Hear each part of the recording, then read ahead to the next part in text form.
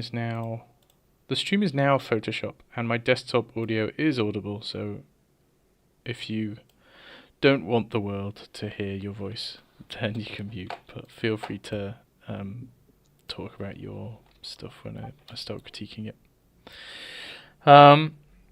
First, we've got this lovely thing in the top left.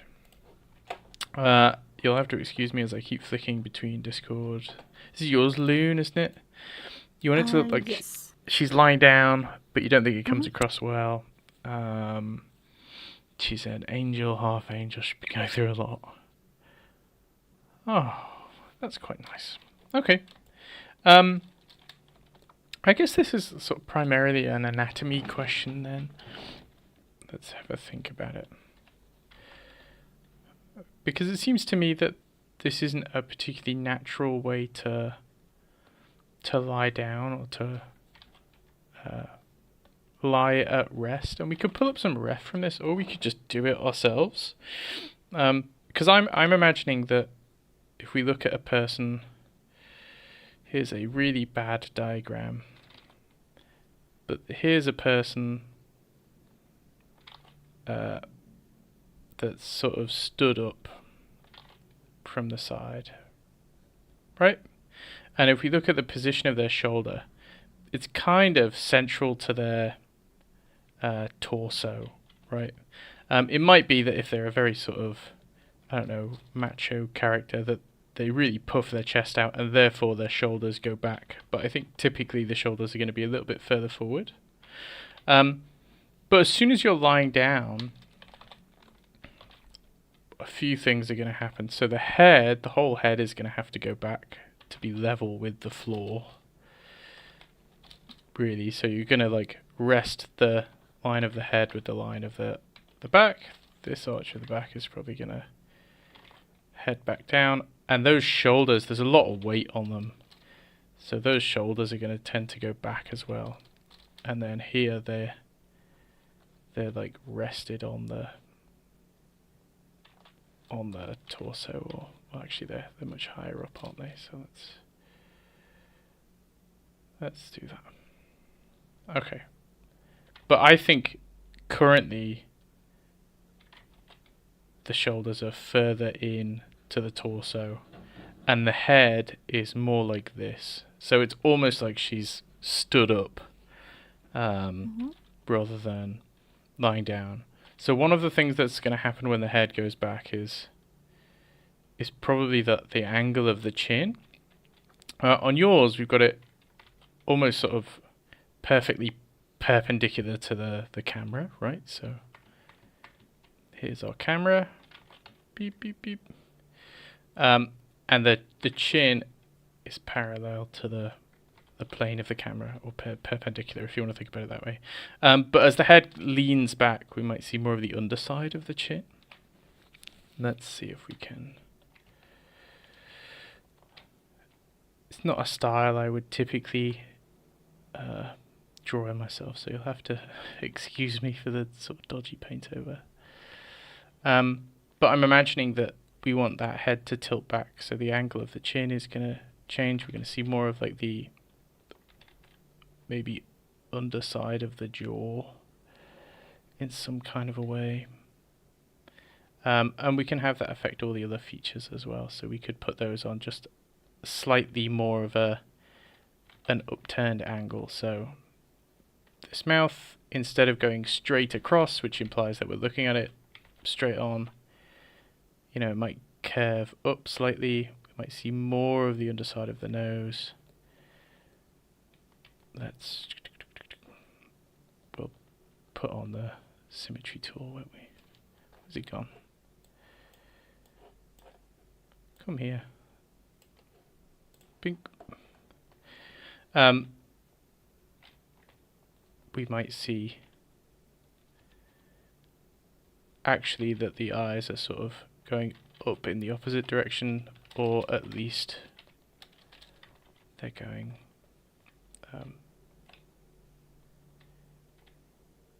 flat against or something. She looks like she's frowning, which I think is fine. Similar deal, like these ears because the whole head is on a curve.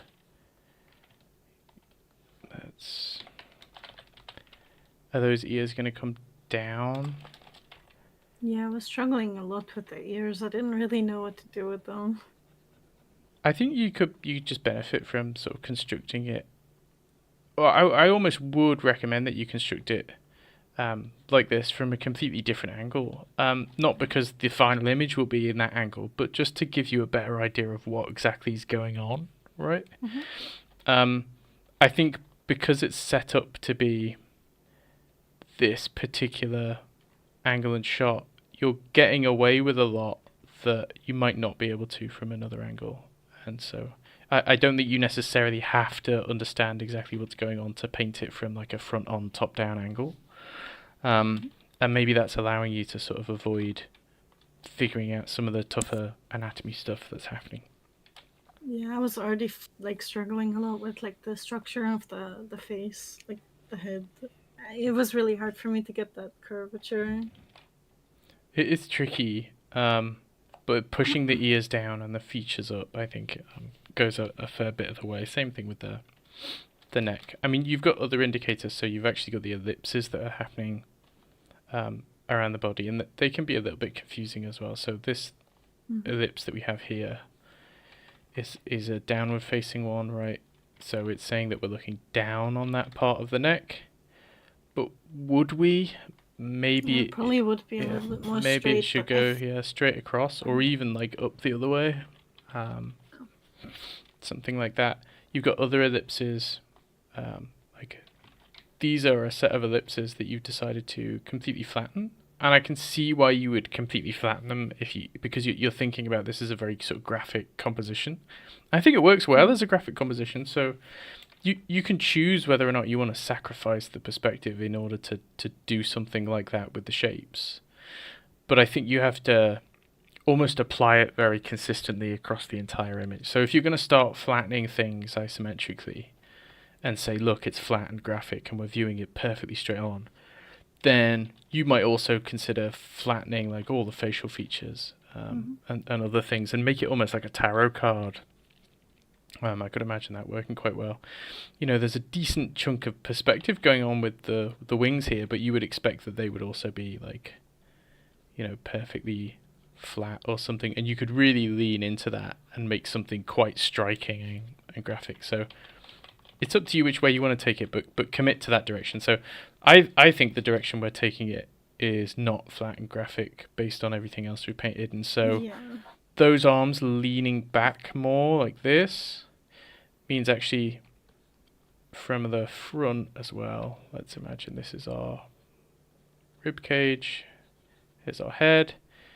It's almost like the arms are leaning away from us too. They're leaning backwards so that maybe the shoulders are doing something else. So we're gonna get this like entire ellipse going on. Let's try and paint this without destroying it. So there's like wings and stuff inside of there, but we've got that big ellipse, and maybe down here it also curves off and away slightly. Do you think that is helping? Let me just turn off Symmetry Tool. That's helping those arms feel like they're sort of resting a bit more? I definitely think so. I think it's pushing them back, or pushing the shoulders back, which is kind of what we're aiming for in terms of the pose. Yeah, I was really struggling with the like form of these pauldrons as well. Like the curvature, like because it's like kind of head on. I was really struggling to portray like them like going back since the lighting is coming from the top. It just looked flat no matter what I did, so I just figured I would flatten them completely to make it look like intentional. Yeah, which is it's a choice that you can make, and it's a perfectly fine one. But I think if that's something you're aware of, that you're almost sacrificing a creative decision because you can't figure something out, then it might be preferable for you to go away and figure it out. And like you're clearly perfectly good at drawing and painting, right? So I think if you just went away and for maybe half an hour, you just said, what exactly is this shape? How can I simplify it? Well, I think a pauldron in its simplest form is, let's take a sphere and chop it in half, and then let's chop that in half as well, so you get like a semi-sphere, and then what you're doing is shaving off one corner as well, and then we just make it hollow. And then I would honestly, on like a little bit of scrap paper on your desk or whatever you have to hand, I'd draw that as many times as you can from different angles and say, okay, well, what if the pauldron's facing, you know, that way, or what if I'm looking up at the pauldron? That's actually a little bit tricky, but I think it would do something like that. So we're looking up into the inside of it. And get really, really comfortable with it. I've been doing it recently. I don't know if you caught any of the streams. It's my current life goal is I'm doing it with everything. I'm starting with animals, so we've got everything. There are some bodies though.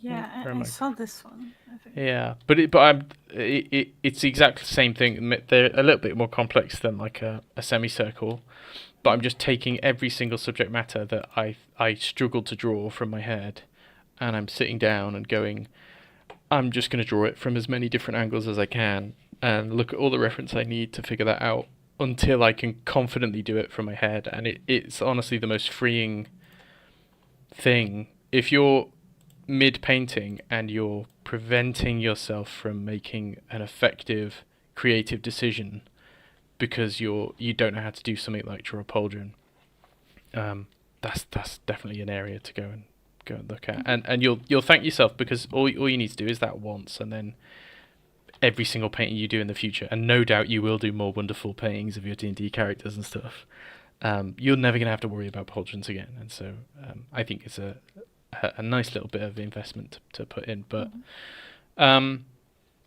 we can match some of these other ellipses, but they're a bit less important. So this one down here, we could leave that as it is. Maybe it could be actually going in the opposite direction. So the other thing that we kind of have to decide is our focal length to an extent, right? Mm-hmm. So let's draw our stick. Let's draw two sticks. Okay. So depending on how far away we're viewing these from and the focal length, so it could be that you're deciding that actually if this was a film, or if someone was taking a photo of this in real life, they're really, really far back and they've got a telescopic lens, and therefore all the perspective is really quite flat and a bit closer to being isometric. And so whatever curve we say, look, that's the curve we're doing. That curve is just going to repeat and repeat and repeat and repeat. And maybe way, way off screen down here, the curve will begin to flatten out and then go in the opposite direction. Or we can say actually it's quite a dramatic focal length, and the curves are going to start there, but even within the image itself, we're going to start to see that reverse based on this, which is our horizon line. So that's where our camera is, basically, where the viewpoint is. So if we're doing that, then we could maybe have some fun. And this is more of a suggestion than a critique, and it's something I quite like to do in my drawings, but you don't need to do it. The drawing's working fine as it is, where you could push that even further, and you could have those features looking even more on an angle, but then you have it so as we get down the torso and start working in the opposite direction, we start getting these quite extreme things in the opposite direction. It's almost like a fisheye sort of deal that's going on. And all we're playing around with, if we take... Oh my god, that's kind of creepy. It's just those ellipses turning away or towards us in perspective is all. So that's something you could do, but I don't think you need to.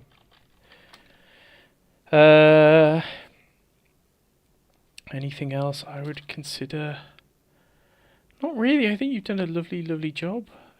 It's very nice. It's a very, very nice thing. Maybe a bit more occlusion, but again, I think you're leaning into something quite graphic, and so you don't have to. But if you want this to feel like someone that's pressed up against a surface, which in this case is the floor, then there's going to be those dark, dark occlusion shadows between them and the floor. And I guess in this case it would be the hair, but I was struggling because I wanted it to be like bright hair, but yeah, but it doesn't have to be. well, the hair can be quite bright, but an area of occlusion definitionally is a point at which no light is reaching. So even you could get the brightest white paint in the world, and if it's occluded, there's no light on it, and so it's going to be pitch black. Mm-hmm.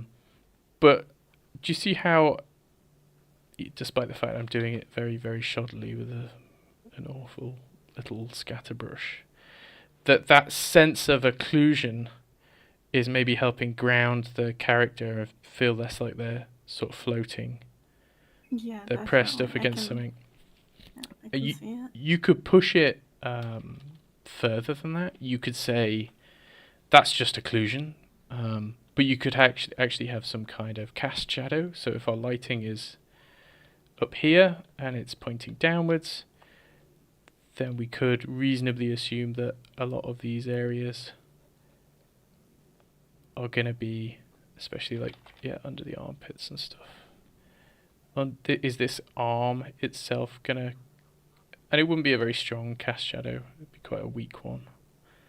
But maybe that's something that happens, and then in response we put a little bit more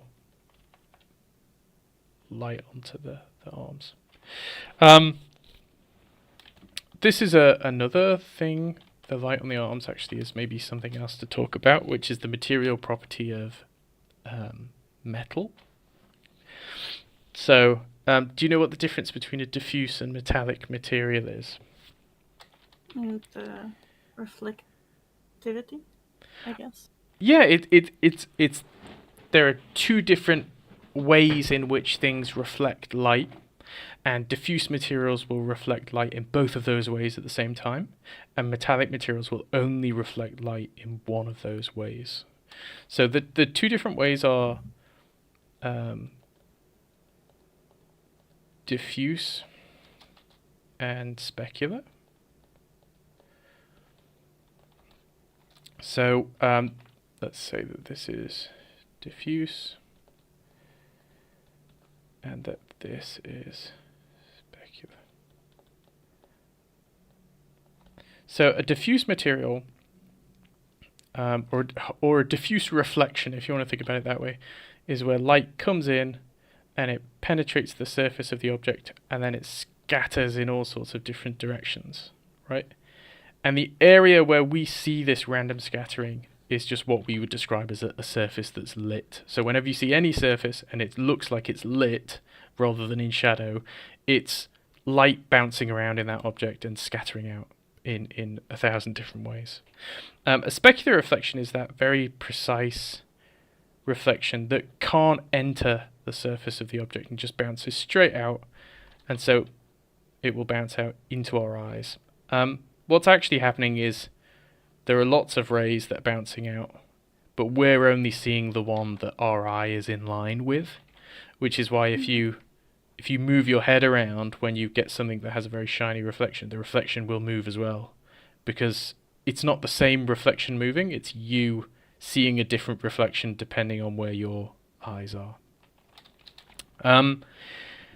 Metal is specular, so it only ever interacts like this, which means even if the light is not hitting this directly, which should cause something like a diffuse light, it can still have those very bright specular highlights. So you can say, yes, the whole thing is in shadow mostly, but if there's a really bright light up here and this is a metal surface, even though it's in shadow, it might still glint off that highlight, right? And you can try this in like a a dark room, you can go in a completely dark room and you can place a metal object in shadow. And if it's in an angle at which it would still reflect the light source where nothing else quite can. Let's think of an example. I'm imagining that this is the window of my bedroom, and outside there is a street lamp, and the street lamp is pointing down, and so none of the light from the street lamp is going into my room. My whole room is in shadow, but if I had a metal object here, it would still, some of this light, pick up and reflect it on the object, even though it's not facing towards the room. Which is kind of weird thing to think about. I was worried that if I make the highlights on the like tracers a bit like too bright, that they would like, because the surrounding areas are so dark, like that they would take away from the focal point of the picture. Like I did it a little bit at like the the top I see corners. you're doing it a little bit up here. Potentially it could. Potentially it actually adds a little bit of interest down here, where without that change in material, it looks a bit flat otherwise, right? Because if you're saying that this is metal and this is cloth, but they both look like they're sort of being treated in a similar way, we still want to get that differentiation. Now you could dim it down, so we could have that highlight down here be, we could have it be cooler because it's not being directly hit by light or something. And that works too, but I think to not have the highlight there in the first place is maybe an overcorrection that could end up looking a little bit flat. Is there anything I haven't spoken about that you'd like feedback on? Or maybe the colors in her skin tone. I was really struggling with those, and I was I just ended up using a couple gradient maps. Okay. Until I was happy with them, but I think maybe that they're not as nice as they could be. Let's see. I wanted her to look pale, but not too pale, and I wanted the shadows to be blue, or like bluish, but I didn't want to have them be completely grey. It was really difficult. I think they're looking pretty good, to be honest. I think you've done a nice job of balancing out the different colours. There are some things that you're thinking about the general warmth in different areas. I mean, she's lost a lot of blood, so I think that the pale makes sense. In fact, maybe you could make some of these areas even more pale. It has all the blood. If it's drained from her face, her ears no longer going to have that sort of reddish hue from them. It depends how far you want to go with that in terms of a narrative element of the painting, right? Some things like the hairline feels to me,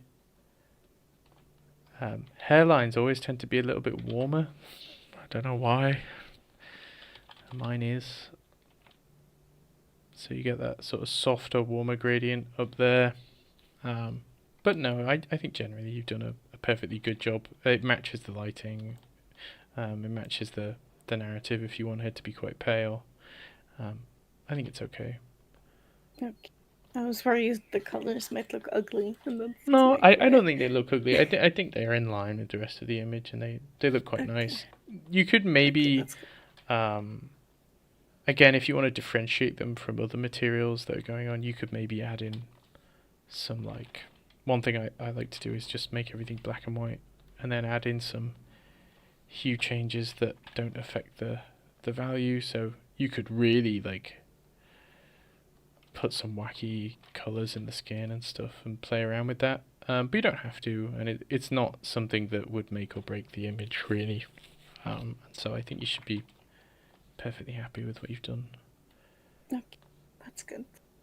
Anything else? No, that's it. Thank you so much. Thank you very much. That's who's next? This one. Let's see what has been written about it. Feedback on the illustration. Still fairly new to these types of illustrations, and you'd like to know if the lighting is correct with the red magic and the perspective. how to push it further and improve it. Okay. I take it, and I don't, are you in the chat somewhere? I don't think you are. No, okay. I'm just going to assume that this is a League of Legends style splash art. That's what it feels like it's going for. To me, you've got like a big swooshy swirl. We've got a character and they're familiar and they're in like semi-dynamic. This one's, the cat's quite dynamic poses and stuff. To me, the problem is just that it's not quite dynamic enough. And we could think about how we can push that in different ways. So let's make a couple of frames that we can draw in.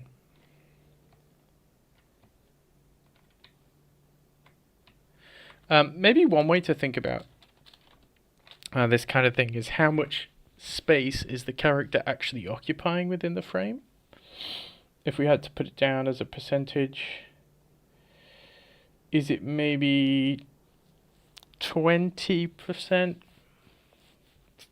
Almost like 15, I guess, if you include the hair and the cat, it's a bit more. But it's not a lot. There's a lot of dead space over on this side. There's a load of dead space over on this side where not much is happening. And a lot of the angles that we're talking about, it's a bit like this thing here. I think they could be more dynamic. They could be going in different directions, and so let's play around with that. So the angles we're mostly talking about is like let's get a color that's going to stand out. The shoulders versus the hips. There's a little tiny bit of contrapposto going on, but honestly it's maybe not as extreme as it could be.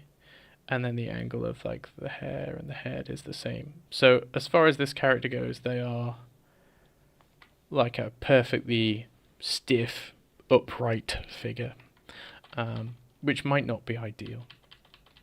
But as well as those angles being aligned with each other, and let's leave them there and we'll get a different color, it's how well aligned they are with the camera and what kind of ellipses they're creating. So it's this thing again, right? So this hip is almost parallel to us as a viewer. There's a little bit of a downward ellipse on it. Could that be more extreme? Could it be like that? And actually the back of the torso is like coming out behind that. Then for the head, could they be looking upwards, right? So we've got this thing's looking upwards, this part of the body's looking downwards, this part of the body, could it be looking that way? And so we're getting all of these angles flying off in different directions, which is a much, probably a far too simple way of explaining it. But so let's think as well, the whole angle of the camera, if you want it to be more dynamic, we can just put it on like a tilt. And so let's imagine that this is our character. Again, I'm imagining that, maybe that's the line for their hip. That's the line for their head. Could they actually be facing away from us in some way? What's their hand doing with their staff? Could their staff be leaning into the composition? Don't know what the cat's doing, but we'll figure that out. Their other hand's poking out down there. Their hair is like flowing behind them. Or it could still be flowing up if you want, back down into that curve. But the main idea is that we're filling more of the frame. So now all of this is character, and I'm aiming for like a 2-to-1 ratio. So they're either filling up a third of the frame or 2/3. I think we could go for 2/3, especially if you involve the cat in some way. This is my very human-looking cat. Oh, God.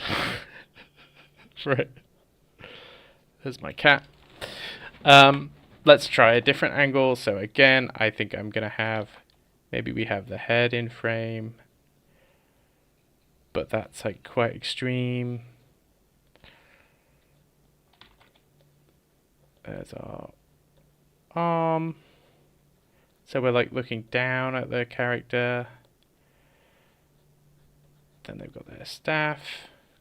Cat's like poking out the back here. The hair could be doing whatever you want. Maybe the head is actually like looking up at us. And prize for worst drawn head of the century goes to me. But that could be interesting. Or even if we want to go for something like you've done, let's just increase the contrapposta. So let's say torso out that way, waist out that way, head out that way, and then I always think you want to increase overlap, and you want to have stuff deliberately coming towards the camera, even if it's quite subtle. You know, it doesn't have to be something insane like this one up here. It can be quite subtle. So if we look at these limbs, we've got arm down, arm back up, and it's coming down and up at the same rate. So it's a cylinder going down, and then it's a cylinder going up, and it's this perfectly even V. And I think you want to have like a V with a long side and a short side, or a short side and a long side, or a long side on one angle and then like a change in angle or something. Same thing happening here. Like the length of these limbs will tell us that they're not being foreshortened in any way, if the length of the forearm is the same as the upper arm. So we could have a forearm that's that long, but then the upper arm can come straight out at us. Right, and because it's coming at us, it's foreshortened in perspective, and then we've got our, you know, our staff, and maybe our staff. Let's leave it that way. Let's do the same thing here. So maybe actually we foreshorten the upper arm, so the upper arm's going away from us, therefore it's shorter, even if that lower arm is going straight out and doing whatever it wants to. So you're always playing with these things stretching away from you or towards you in 3D space, rather than everything being perfectly flat on. Like I think things get a little bit too logo-y or icon-y. So like it's the idea with the eye. I know I've literally drawn it there. Like this is an icon or a logo of an eye. Eyes don't look like that, really. You know, when you take into account the 3D forms that are occurring in perspective, you know, actually an eye is going to be something a bit more complex, right? That's not an amazing example, but there you are. And so it's the same thing with these limbs. You're going, an arm is this length, and so that's what's happening, but you can play around with it and shove it backwards in perspective and make some more complex shapes, basically. And then maybe we kick these bits back that way. Or like, you know, they could actually be hitting a floor plane or something. And then we've got our cat. I recommend that you push more stuff off screen as well. That's our cat. So our cat can be intersecting with the border. The cats are actually one of the creatures I'm yet to do an animal thing on. There's our cat. So that's as I think as far as the drawing and the perspective goes. It's quite a lot. So I'll leave it there. Let's have another look. What else was it? It was the lighting and the red magic. I think you could push the whole thing warmer, maybe. So a really quick thing is we could just take the red magic and just fill it in and set it to an overlay at like a low opacity to give that the sense that it's doing something. Let's remove that for a moment. The rim lights here are, I think, the most confusing part of it. I think you're really tempted to rim light everything, which again gives me the sense that you're understanding these limbs as 2D shapes. So you're saying, here's my 2D shape for my arm. Well, the only way for me to light my 2D shape is to change the color of the individual edges. So that edge will be that color, and this edge will be this color, and then even your shadow is going, look, there's a shadow at that end or a shadow at that end. But I would encourage you to bring the light further onto that shape and let it dictate maybe more of the 3D form of the thing. So this big band of light is coming. If I'm this arm, it's coming in front of me, it's going to the side of me, it's not going behind me, and there's more of it over here, but it's a bit weaker. So really, am I going to have that light affect the front of the arm, right, as well as the side of the arm? So it's just pushing that light shape, and you could have it brighter at the rim light, if that's what you wanted. You could have like we spoke about it earlier with the metal, it would be a specular highlight, so a direct reflection of this light. But the direct reflection can never be brighter than the object itself, and so because your fire swirl isn't particularly bright, you're limiting how much you can play around with the light on the character, if that makes sense. If we put like almost like it's neon, going through the thing, well, all of a sudden it's producing enough light that we could get away with having like these crazy bright highlights occurring. But whether or not you want those crazy bright highlights is a whole other thing. The main thing I would say is, yes, bring a bit more of that light onto those shapes from those different angles. Here seems a bit more appropriate for a rim light, but still, like, more of the light would just fall onto the arm. Same thing here. I mean, this on the clothes is maybe the most confusing, because it just seems to me that the whole front of the body is going to be like lit by whatever this light is, the strongest in the front in some way or another. So I'd play around with those. The colours you're picking for it isn't too bad, actually. I think it's more of an issue that you're not placing the shadow and light shapes correctly, and I'd say that's a drawing issue rather than a painting issue. You could, in Blender, you could set up, if you really wanted to, you could just set up some like cubes and cylinders. I use Blender, to be honest, more than I use Blender for making images. I use Blender as a teaching tool and as like a test case for things, and I think it's really powerful in that sense. I wish more people used it. So if you've got this and you're going, oh, what would this look like affected by a warm light that's in an arc over here?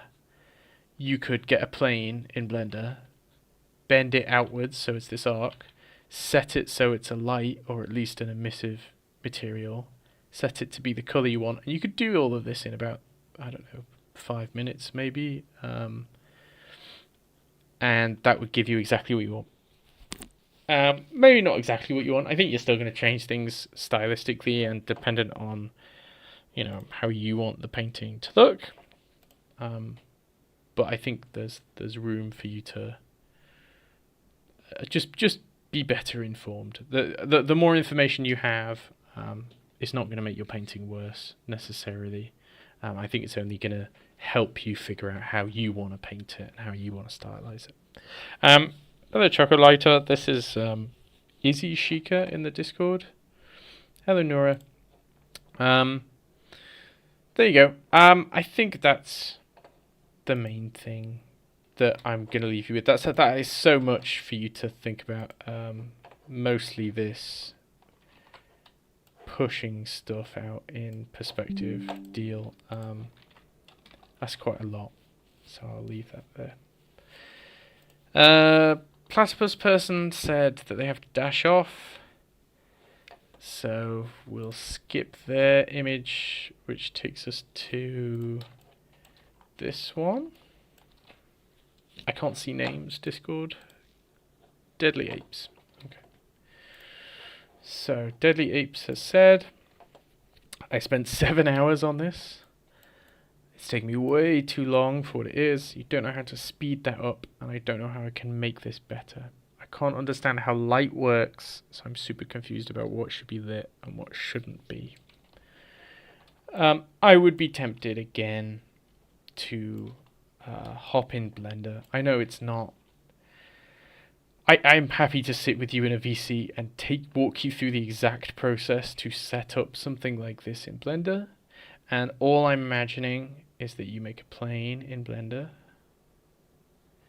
and then you make a wall, which is effectively a cube, which I'm convinced anyone could make in Blender, and some cylinders for these towers, and you could copy paste that cylinder over, and then all you're going to do is plug in something called a HDRI, which is like a 3D, it's a 360 degree image or skybox, and it's going to show you what this stuff looks like when it's lit from like an ambient light source. And you can get HDRI that is evening, sunset, or whatever else.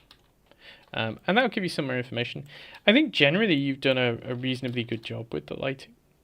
I like some of these sort of harsher lights on the pillars. I think they're cool.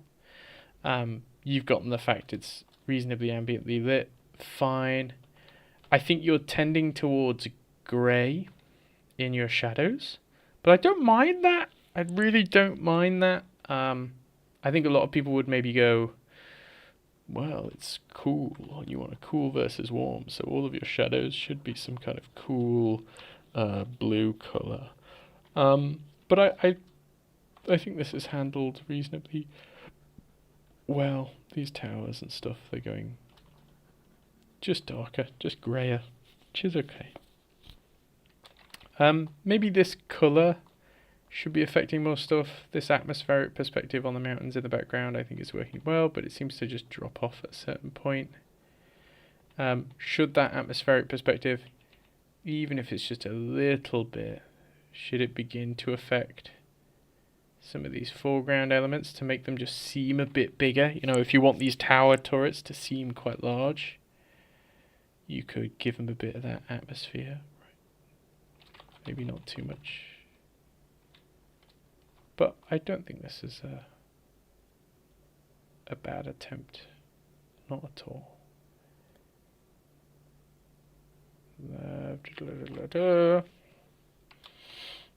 Yeah, it's just ambiently lit. You could make the argument that every top-down plane should receive more light, but I don't know what the sky looks like above here. You're almost implying that it's very, very stormy. You know, maybe it's so stormy that there's basically no light above us, and so this would be a perfectly acceptable thing. Scale seems really, really weird, I think, more than anything else, so forget the light for a moment. It all comes back to drawing, because of course it does. So this tower here is that big, which means if that same tower was here, it would probably be that big. So this tower is really, really small, but then that is the size of a doorway. So actually this tower is a reasonable size. Are these towers just like the biggest towers you've ever seen in your life? And if that extends to the walls, then these crenellations or parapets, like, are they the size of half of a house every time they go up and down? Is this staircase? I mean, the staircase is like bigger than this, which has got to be a 4 or 5 floor house, judging by the size of the door. So is that staircase, I don't know, it's like insanely big, right? It's another thing that I honestly, building stuff in Blender is quite helpful with, which you might want to consider. Or we could just scale stuff to match itself. So we could say, look, we've already set up this tower as a reference for scale, so we're going to plonk one over here as well, and it is going to get bigger, and that's fine. Actually, it's kind of a cool indication of scale in that sense. Other stuff, like just thinking about how maybe some of these features are built. You know, these big walls, they're gonna have arches in them. You've got, that's some kind of a boat, but it's a little bit dark. Not that bright. But can we brighten it up so we can see more of it? But then that boat, just compared with the size of a doorway, is like insane. This dock is like made of concrete or something. Yeah, my diagnosis is going to be that you're hopping into painting, and you're biting off a lot. You're making like a full scene, and you're lighting it, and you're doing these crazy weather. And actually, I would almost fall back to drawing, and I would say, well, how is this dock built? And you really want to understand what's going on, and you watch someone like Craig Mullins paint, and you get the sense that he understands how stuff is built, because as soon as he understands exactly what this 3D form is, so it's like interlocking planks, and some of the planks are on a different side, but then there are beams down here, right? And do those beams have cross beams? Maybe. I don't know. All of that information, I might not paint all of that information. I might have some of that information be a little bit vague as I'm painting, or a little bit hidden by the lighting or whatever else. But that doesn't mean it's not gonna help me do the painting. I think arming yourself with as much information is only going to make your painting easier, and I don't think you've clarified for yourself what a lot of these forms are meant to be compared with each other. How are these houses built? Should they actually have sort of wattle and daub frames around them? Would that make them more interesting? Would that help you paint them if you knew that they had frames? And those frames are indicators of perspective in some way. Maybe. What's this whole courtyard made of? There's like a path thing on it. But is it dirt?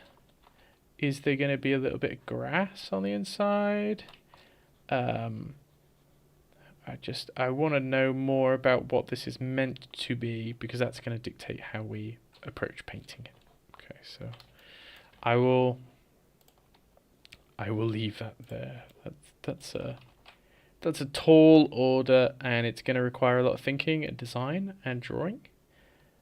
But I think that's fine. That's like a fun, or I think it's a fun project, right?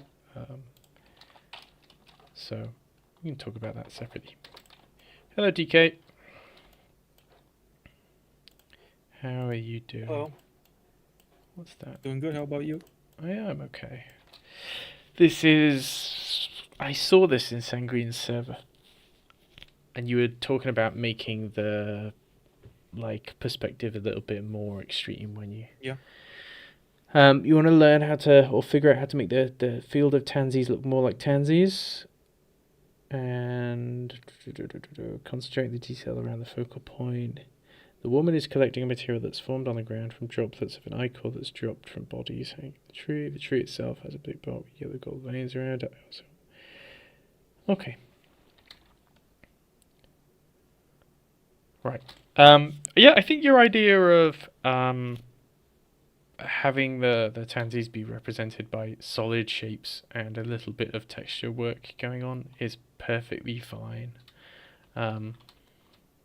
Let's put a little bit of, I don't know, color dynamics on. Really, you're going to see the texture in the boundary between shadow and light, and well, just the boundary of the object itself. So if we're imagining that we've got all this stuff here, and then we've got, I don't know, a circle of grass. Let's try and keep it where you've put it.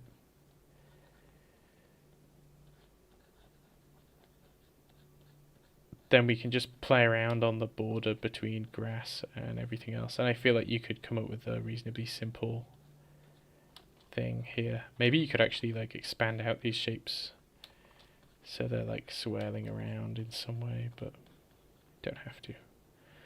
So if we have these shapes, then we can say, look, the border between them is, and you could spend some real time figuring out what shape tansies are. I don't even think I've seen a tansy in real life. Let me Google. Flowers are very small and clumped together. Really, really tiny. Yeah. Yeah, which is fine. Some kind of scatter. Oh, yeah. Let's look at a tansy field. I think there's a lot more green than you're anticipating. Yeah. Even in like a big group of tansies. And I would almost approach it like a perspective problem again. So this is our viewing plane. Or this is where the tansies occur. And we're almost in agreement that here we are looking like directly down at the floor. And then even by here, we're still looking quite extremely down, aren't we? Right. Still looking down. Where's our horizon? Our horizon's like way up here, isn't it? Right.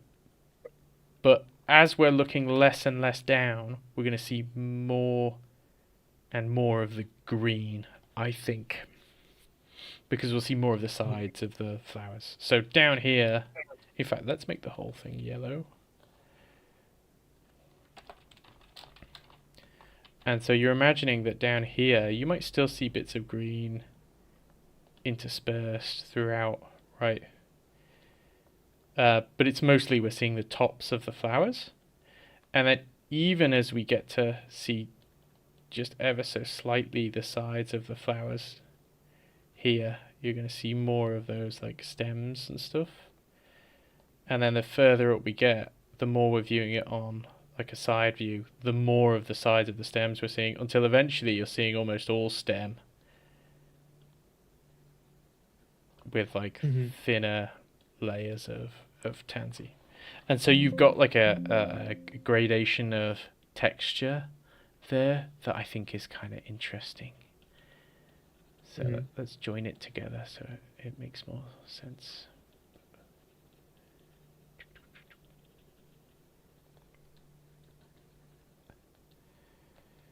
So yeah, all that should be more. So we can play around with that here as well, so that the grass behind the tree is going to be getting higher. Stuff is overlapping on the front plane, but actually the texture is doing the same thing on the other side. Which is a weird thought. Do you want many of the tansies to overlap the character themselves? I think that would maybe help make them feel like they're in a thicker field or grove. And so you could I think that's a good idea. play with them, like overlapping the hands. And An ocean of pansies. yeah. But it really is like, where are we seeing the side plane of a thing? So I would almost think of it's a very funny one. I would think about the tansies as having thickness. So we've got a thick square, and then where tansies aren't, so that shape of like, look, here's where we don't have any tansies. Actually, you can see the thickness, if that makes sense, almost like a hedge maze or something. Oh yeah. Is that making more sense? And so Yeah. but that is also going to warp in perspective with this. So you're going to have this idea that like down here we're looking top down at it, really. So the thickness of this side, which is in shadow, is not very thick at all.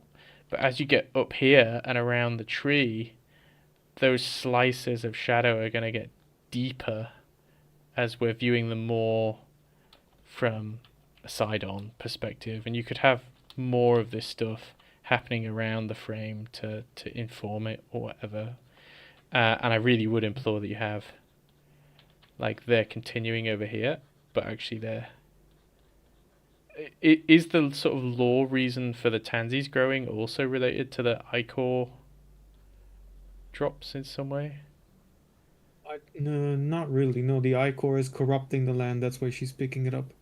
Okay. But the Tansies, I believe the world is ever changing. So not entirely sure how that works. But do you see how if we gradate towards something like green, Mm-hmm. and we can still have our texture, we're saying that we're seeing less of the top plane of the Tansies and more of the side plane, but down here we're definitely seeing more of the top plane because we're right above it. Yeah. That's I hadn't even thought of that. It looks so cool. That's probably Thank how I you. would approach it. I think most stuff can be broken down into. Oh God, this is a brainworm that's been in my head.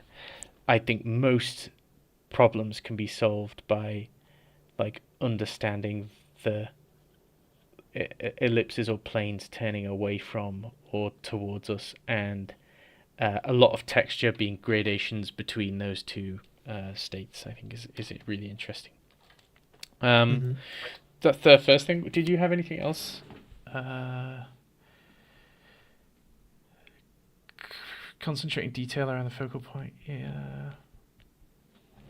Let's have a think. Do you know how you're going to light it? Because a lot of it's just ambiently lit at the moment, which is fine if you want it ambiently lit. But it to me, it feels like you haven't. It's almost like you just haven't put the lighting on yet, right? And that's going to dictate a lot of those 2D shapes that are going to, direct our focus as a viewer or whatever else. Mm-hmm. I haven't really thought of the light. It's simply, it's basically lit by it's out in the sun, and it's strong sun. It's sunny. Okay. Not a whole lot of clouds. Okay. Well, let's play with that a bit.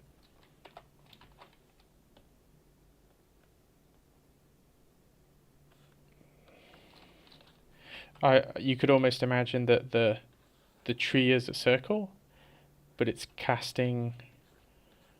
The sun is on an angle, and so the shadow it's casting is going, like, way back there.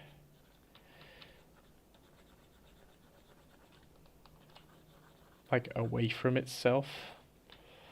Mm-hmm. And then you have all of this juicy textural information around the border. You might have, this hand is creeping out into light, and so is that hand itself going to be, I know it's like a black material, but even a black material in sunlight is going to go quite bright or whatever, but it doesn't have to be like that.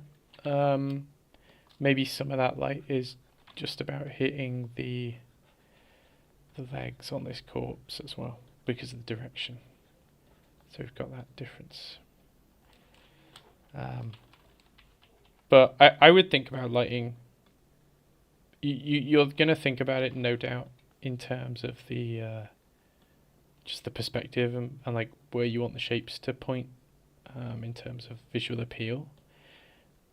But it seems to me that you've got quite a story lined up, and you're going to want the lighting to reflect that as well. So if there is some kind of corruption from this tree of hanging corpses,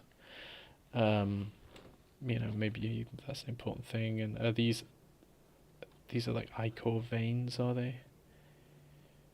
Maybe they're gonna glow as well. And if you want them to glow, then you really have to have the tree in shadow, otherwise that glowing isn't gonna show up all that much. Yeah. Is there anything else you want feedback on? No. I was thinking of the last thing I'm not quite sure what to do with the head.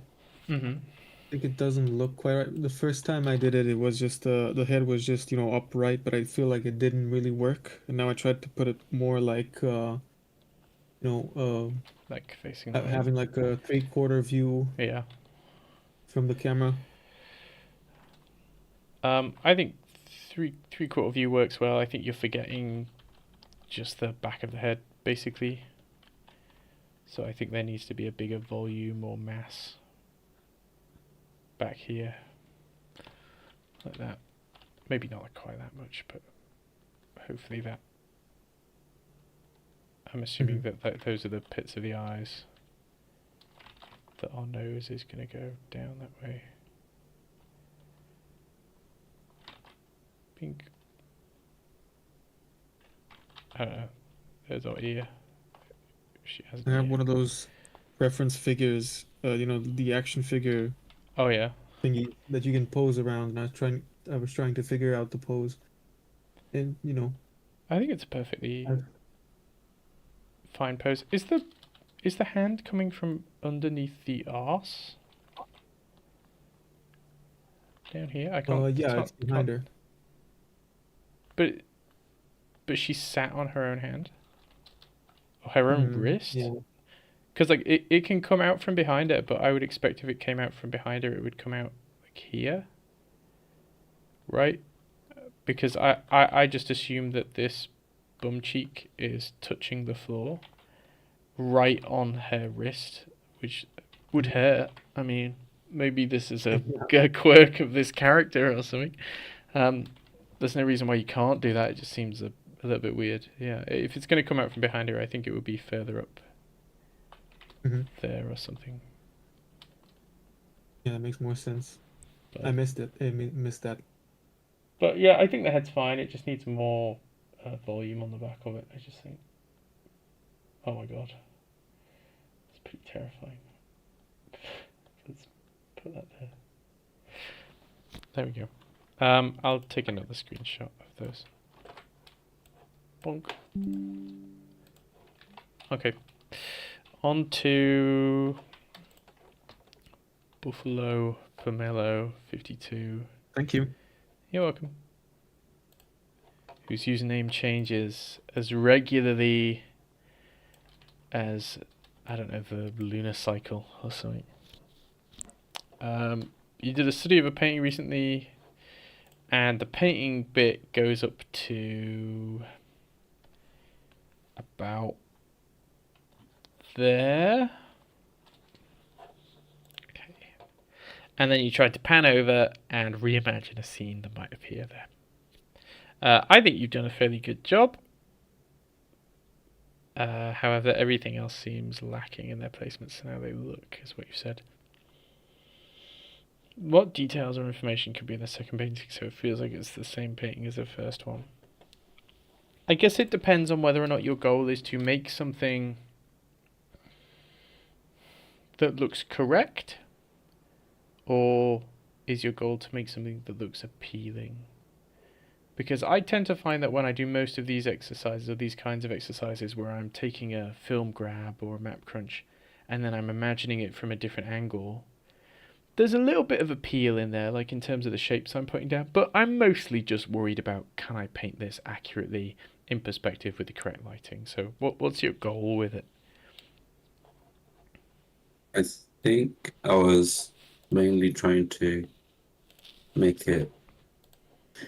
I was trying to like give it some kind of narrative, but also make it look appealing, because the people on the rocks waving, yeah, it was from like another study I did where I took the clothing from there. I think I just wanted it to look correct, but also appealing at the same time. So maybe I was a bit too distracted in what I wanted to focus on. I think that's a fine goal you can have. Okay, well, if we're talking about appeal, what we're really talking about is going to be composition.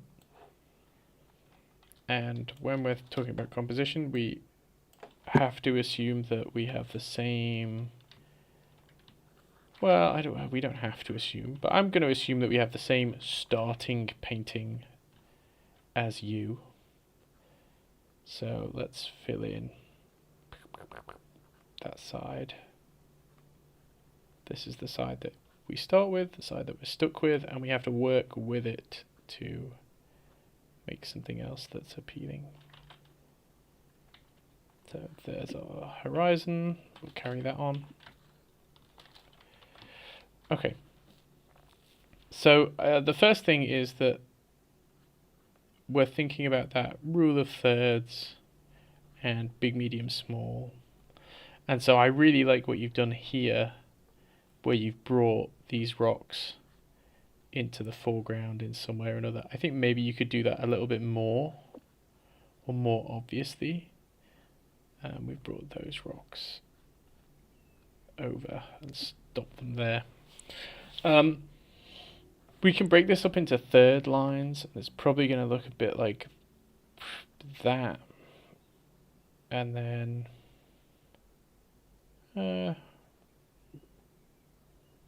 there. So I think you've placed your figures way too far off to the right here. I think your figures are over here, and they're doing something. But they're so far off to the right that there feels like there's this big weird empty space in the middle. It feels like a composition where, I don't know, something would be in the center that we're looking at. I'd shove these way further over to the left to kind of balance out this rock, and I'd shove them further down as well. So the rock occupies this. Let's do it in red. The rock occupies this area. Good old Dwayne. And I think we want to occupy almost like an equal and opposite area. So we're going to go below the horizon. And here. I think we could probably pop up above the horizon. But I think I definitely want these figures to start lower, because otherwise the entire bottom third of your image is nothing but rock. Which isn't too bad, but if this is in the top third, I think we could shove these down, right? So I'm also going to move them further in. So I'm going to have my figures, and we're going to represent them like this. You know, my figure's going to be there instead. And maybe they do have their friend and their friends off to the side doing something. Do you see? It's difficult because I think it's such an intuitive decision. I've reasoned it out as being, oh, well, I'm placing it on third lines. I'm trying to balance it. And that's just the teacher inside of me talking, right? But I genuinely, when I look at this image, and if you said to me, place some figures on the image, I think intuitively I would place them here because it feels like it's balanced and it feels like it is appealing in some kind of a way. Do you feel that? And be honest with me. Don't. I do a lot of like paint overs and stuff where people just go, yeah, it looks better. But genuinely, when you see the figures placed here instead of, we can just grab them. Hold on. We can. So it's there. Or there.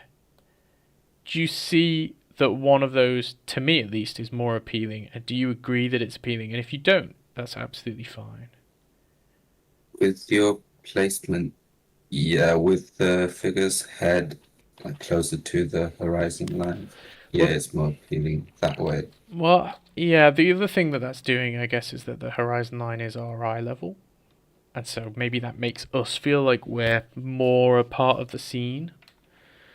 Yeah. Because we're in line with the figures. It's a pretty typical way of doing things.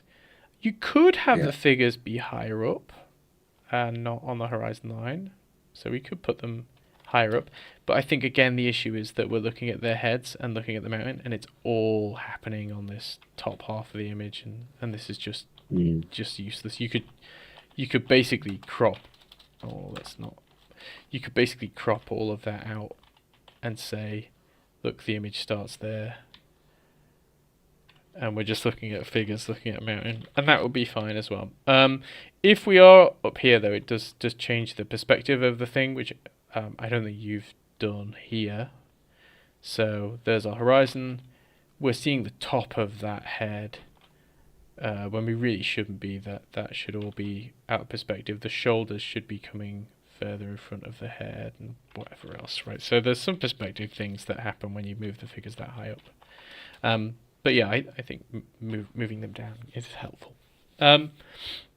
Clouds are the easiest. Not easiest. I think they're the... No, I will say easiest. They're the easiest, most useful tool for you compositionally. And lucky for you, in this particular shot, you've got a whole sky that's full of them, right? Or it could have no clouds in it at all. But are you trying here for the clouds to aim in a particular direction? Or are they just placed randomly? They're more of an afterthought, yeah. Yeah, but they're Random. basically like big arrows, aren't they? So we could have the clouds, you know, almost guide our eye in towards that. That means they're also going to silhouette these figures, and we could have these figures be, you know, dark on light. But we don't have to. We could do it the opposite way. We could have, there's like a big cloud passing behind that rock, and that's going to silhouette that rock. Right, but actually, as it approaches the heads of the figures, it sort of dies down a bit, so that the figures are silhouetted on the blue of the sky instead, and that would create a different kind of contrast. Okay, but either way, we're thinking about how we can use the clouds to our objective. I always like to think of what's the director's name that did the Grand Budapest Hotel and all the other ones? Oh, what's his name? Watched it recently. He's so famous. Fantastic Mr. Fox and Wes Anderson. Wes Anderson. Okay. There's a really good behind the scenes, I guess, documentary, or at least clips from the documentary, of him working on the Grand Budapest Hotel. And there's a scene outside with characters, and it's the snow on the floor. And he's genuinely got a little brush in his hand, just like a little tiny brush, and he is sweeping this is something that is kind of unheard of from a director, and he stood there sweeping the snow into exactly the shape that he wants, so that it points back towards the characters in an appealing way. He's rearranging items on the shelves 10 meters behind the characters to make sure that they are the right shape for him, and he doesn't really describe the logic that he's using or the reasoning for it, but he just knows, oh, this is more appealing, or this is more, this helps focus the characters more. And so we're painters, and we have even more control than Wes Anderson. Like, there are limits to what he can do in real life, but we could do absolutely anything in a painting. And so you could have these clouds be darker than the sky instead of lighter than the sky. That's a decision that's completely within your control, and you could use however you want. So yeah, no more afterthoughts. No more afterthoughts. It's very difficult, and I sympathize with you, but I think we should definitely at least aspire to thinking through every single decision we're making when we're painting. And I know that's not going to happen. Sometimes you're just going to paint, and you're just going to do whatever because you're tired, and you've done however many paintings it is already, and you want to go and have your dinner. But I think we should definitely make it our goal, and we should remind ourselves and keep stopping ourselves, and make it our goal to use every single aspect of the painting available to us to our own end, and we should focus on that and really think through it. So yeah, a little bit more hard thinking, I guess. But yeah, we can use the clouds. What else? What else can we use? Boats. So let's talk about the spacing of these boats. When you were placing the boats, I guess this boat was placed for us, wasn't it? This one. That was in the original study. But that boat is new. Why did you put that boat there? Did you have a reason? My characters they were waving at something, so I wanted them to, so I needed some, like a target for them to wave at. Oh, I see. So, Because in your original, I've messed this up, haven't I? Because when you were doing it, you were actually thinking about this as a separate painting, weren't you? yeah, I took like, if you see where the other boat is, Is I that like that where you started it move. from? Let's have a little look. Um, Oh, you moved that boat. You moved it. No. So you're starting off the image there, basically. About there. yes, I moved the original painting. I slid it to the Okay. left, so only that slither left, Okay. Well, we and can that's when I reconstructed the rest of the we can painting. talk about that as well. Let's do that. In fact, can I just? Okay. Weirdly, I think it still works, but now the characters are in the center of the frame instead of on a third. But it's still kind of interesting, and their heads are still in line with the horizon, or close to being in line with the horizon, and so that's not too bad. And the feedback about the clouds is still going to apply here in terms of what we're directing our view at, which isn't too bad either.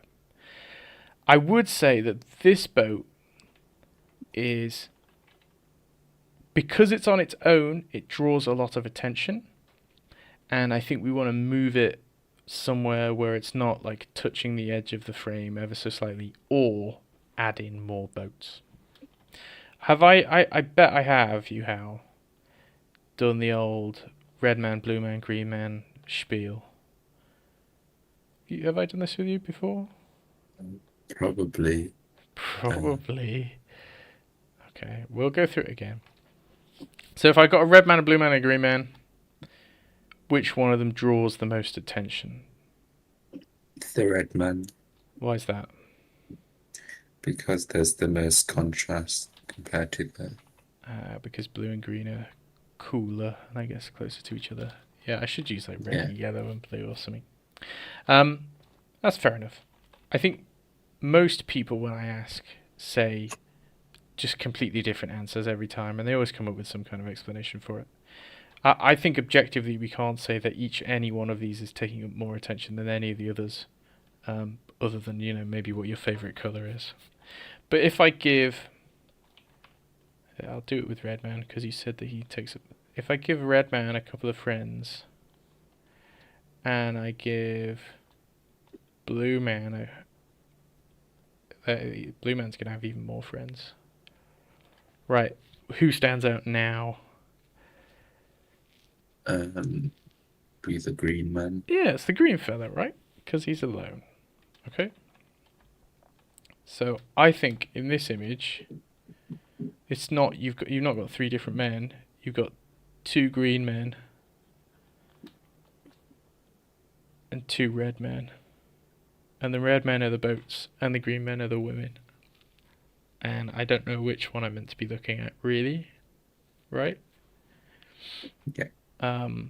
So we could massively increase the number of boats, or massively increase the number of women. And I think either of those would be absolutely fine.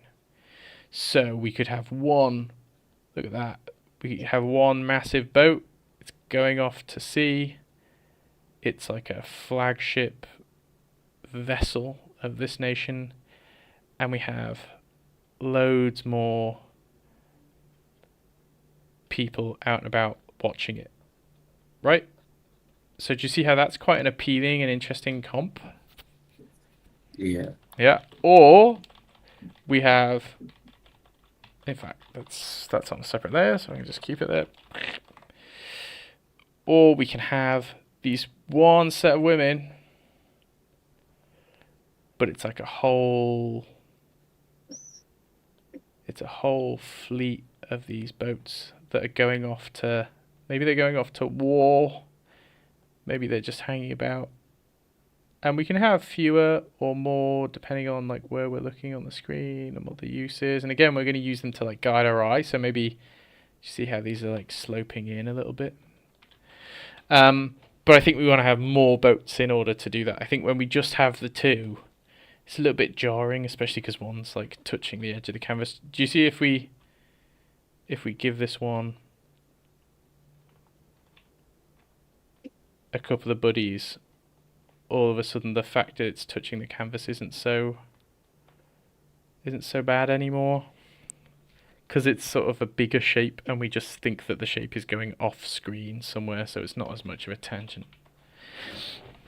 But I think this thing, and you know me, I'm always walking around giving feedback, this thing more than any other thing I must tell people every single day. I swear half of my job, the university shouldn't be paying me what they are. They could just replace me with like a chat bot, and all it does is go through this scenario again and again and again all day, 9 till 6. Because like 90% of my interactions with students is explaining to them that individual things take up a lot. They're really attention grabbing because we see them as being quite unique, and as soon as they're part of a larger group, they don't take up as much attention at all.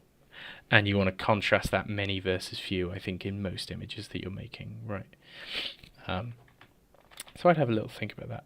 Is there anything else that in particular about this image that you'd like some feedback on or my thoughts on? No, that's everything, really.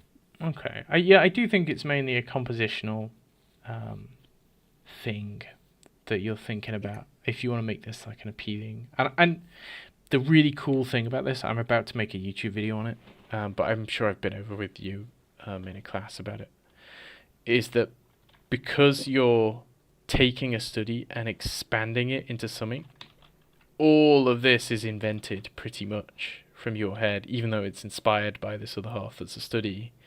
So you can really take it in any direction and own it. And so if you do want to do like a giant frigate and they're waving it off, or like a whole fleet going to war or whatever with flags sailing in the wind, feel free to depart from the original image a little bit more thematically. You could even make it much darker and spookier, or you know, whatever it is you want to do. You have complete creative control here, and so you can really use that to your advantage and do something interesting. Let's put that in the channel, and then we'll move on to Crazy May. Thank you. You're welcome. So, I don't know if Crazy May is here. I don't think they are. But the question with this was, how do you do hair so it doesn't look like spaghetti? And how do you make it look more attached to the head? If you don't want it to look like spaghetti, you just group it. You really, really group it. And I would almost think about this hair as a solid shape. So let's say that is our lion's head. Okay. And our lion's head has this mane. And I think we could think of the mane as, so here's like a cone. And it's doing something like that. It's almost how like a child would draw a lion's mane, right? And so we can put that cone going around. Let's, maybe that pulls out a bit there. And then once we have it as a cone, we can just paint it as a cone as well. So I'm just going to color pick from the original. I'm going to say that this is darker. The front side of this is definitely darker. Right, there's our lion's head. And then let's just get an elliptical tool for the cone. So the underside of this cone is going to be darker, maybe even darker than that. But then it's going to branch out and it's going to get hit by a load of light, and you know, maybe it even has like a highlight going that way, right?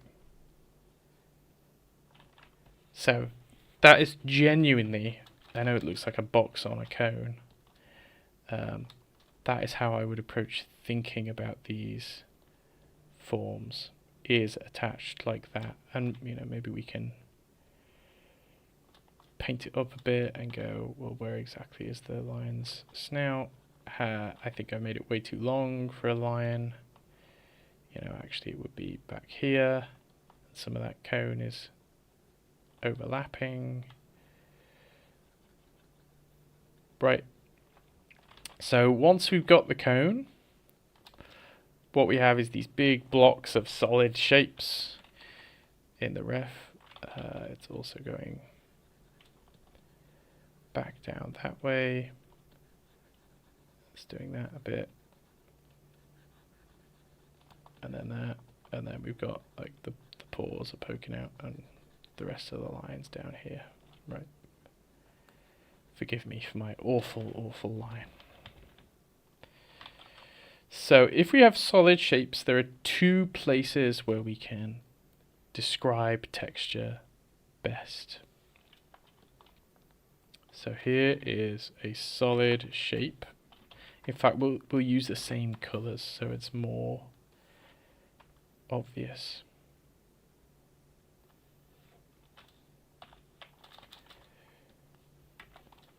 Okay. So the first place where we're going to see a lot of texture, can anyone guess? Is going to be the silhouette, which is always the most fun word to spell. So along the silhouette of this, is that going to be where we have some of that spaghetti stuff going on? You know, I don't know exactly how you would want it to look, but maybe something like that. Let's just say that's fine. Let's cut into it a bit. Right, it's a hairy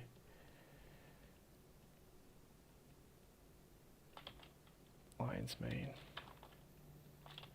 Okay, so all of a sudden our little smooth shape, aka our cone, is looking a little bit more 3D. So we can do that here as well. So we can see it on the reference, but we can see that actually we can start to split up that silhouette. Look, and say, look at the very edge of that shape. We're going to see a lot more of this stuff. Same thing's going to happen down here. There is eyes. I think I've made the cone way too big, so let's correct that as well. Yeah, something like that. So again, let's at the silhouette. And already it's looking, I think, pretty good. But I'm biased because it's mine. Right. And then the second place where we're going to find texture is between shadow and light.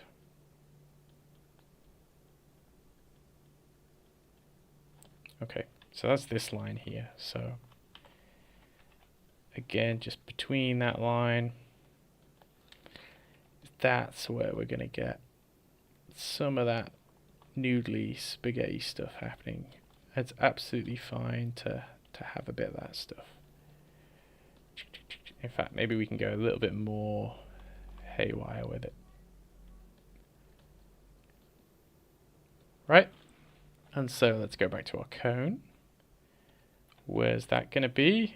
Well, that's going to be here where it's interacting with this bit, but it's also going to be down here where this shape is interacting with the shadow. So on the border between shadow and light, we're going to get some of that interaction happening. So we can just concentrate all of our sort of painting efforts down there, and then we can actually allow a lot more of that to be flat again. Let's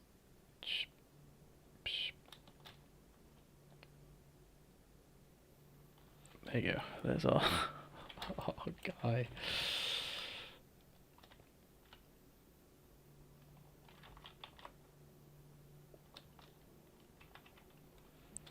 But hopefully that makes sense. This is those two shapes, basically. And I think that was... Oh, your other question was, how do you make it feel like it's more attached to the head? Oh, I just realized I haven't been screen sharing in Discord. So whenever you were looking at what I was doing, there would have been a massive delay. Sorry, DK and you have. I'll not be such a goober next time. Yeah, the other thing is, how do you make it look more attached to the head? I think it looks like it's attached to the head in yours. I mean, maybe you could soften the transition between hair and head a little bit, but no, I think it looks attached to the head. I don't think that's as big of a problem as you think it is. I think a bigger issue is the spaghetti stuff that's happening. Just soft shapes. Let's put that in. Chunk. Okay, then we've got a massive question from Jam, which is all about Richard Schmid. I will read it. I don't think I have specific painting that's worth critiquing on its own. Instead, I've got a couple of questions. Question 1. How do you keep yourself disciplined while painting? Or how do you train discipline while painting? I notice I sometimes make rushed decisions working on something, or the feeling that the end product is relatively random. Even though overall the painting might come out good, I still feels like there's a huge potential for improvement here. It's like I'm painting an overall informed whole, but in between of these bigger decisions, there's a whole bunch of intuitive guesswork. Well, there kind of is here. I know what you mean, that you're opening yourself up to those happy accidents that occur when you're painting, but sometimes those happy accidents aren't so happy, and so you could mitigate the risk of having those accidents by actually knowing what it is you're doing and having a proper plan. But you're also mitigating the upside of the happy accidents. So it's like a risk-reward based system, I'd say. Even checklists and stuff. Yeah, checklists work quite well. The other thing is just taking your time with it and going away from it and coming back. I don't know how many sittings you tend to do your paintings in, but I find that if I'm doing something in multiple sittings, I'm more likely to take my time with it. If I'm doing something like a plein air, or just an oil painting that's time sensitive in some kind of a way, I do end up rushing it and it looks terrible and it's not very nice. So it depends on the subject matter that you're painting, but giving yourself ample breaks to reevaluate something. You come back and you can instantly see all the problems that are wrong with it, mistakes and whatever else. So that's one thing. But I mean, the time it takes for you to make decisions themselves. So I'm talking about the time between decisions. I think you could extend, right, by taking breaks. But actually, the time it takes for you to make a decision, maybe it shouldn't be so quick. You could sit there and really just think through a problem, and if you've got any scrap paper, you can do other sketches on the side. This is something that I think people forget painters have done forever. You can look at a lot of Michelangelo paintings, and he had preparatory drawings for the paintings where he was maybe doing the same drawing 10 times, right? Just trying to get bits right, trying to figure out how exactly should that arm work. And then those preparatory drawings are also tonal in some kind of a way, so they're filled in with charcoal or Conte or something, because he's trying to figure out what are the shapes that I'm going to be putting down in my painting, right? Even modern painters like David Dibble, I really like David Dibble. For anyone that doesn't know David Dibble, go and look him up. He paints like the most beautiful little barns and stuff. I studied them all the time when I was a student because they're so lovely. But he's a modern painter, and he takes photos of barns. He doesn't paint them. He might do some of them plein air, but as far as I know, for most of his paintings, he takes photos of the barns that he finds in the middle of nowhere. Then he photoshops the photos to make a preparatory digital painting that looks really quite nice. And then he does a series of studies of that Photoshop photo, quite small in traditional paint. And then he does a big painting of that same thing. So there's a whole drawn out long process of planning. And you can imagine that at each of those individual stages, David Dibble is opening himself up for the opportunity for happy accidents to occur without compromising the integrity of the final image. So when he's taking the photo out in the field that he's in, okay, well, he could get a happy accident from the angle or the lighting, or maybe a bird could land on the roof or whatever else. Then he goes into Photoshop and he's playing around with color sliders and levels adjustments. Okay, well, there's opportunity there for some kind of happy accident to happen. But because his process is split up and he's then doing studies from it, those studies are also an opportunity for him to maybe be a bit more adventurous and take some more risks and see what happens. And maybe it doesn't go so well. Maybe his decisions don't work out, but maybe they do. And so he can then take that and use it to inform the final painting. Again, if you're anything like me, all of the oil paintings you'll be doing are one and done. And I don't think that's the optimum way to work.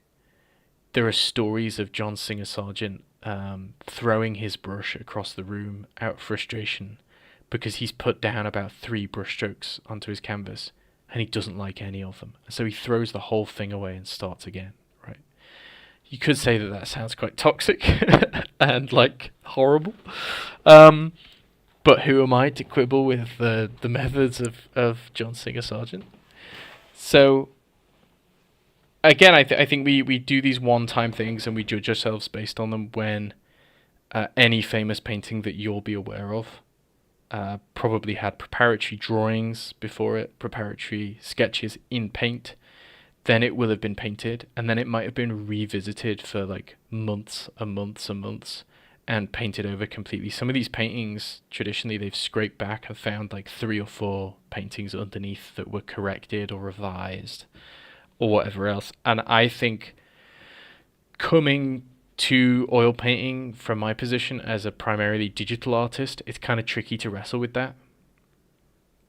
I think I want to open up, even digitally, I open up a PSD and I want to finish it in the same sitting. And so it's something I've really got to work on as well, is actually, I used to do it when I did A-level art and design. I used to actually do the same thing as David Dibble. I used to take lots of photography, sift through it and find out what I liked and what I didn't like. Then I would take it to Photoshop and I would start combining it or levels adjusting it or editing the lighting all together to figure out maybe how I can serve some kind of story or, classic traditional art emotion into my image. And then I would do a study of it in acrylic paint and then I would paint it like much bigger on an A0 canvas or piece of cardboard or something. And you get good paintings that way. It's a bit more drawn out. It's a bit more boring, I think. It's definitely more labor intensive. It takes longer, but it's more reliable, and there's nothing wrong with having that kind of a process.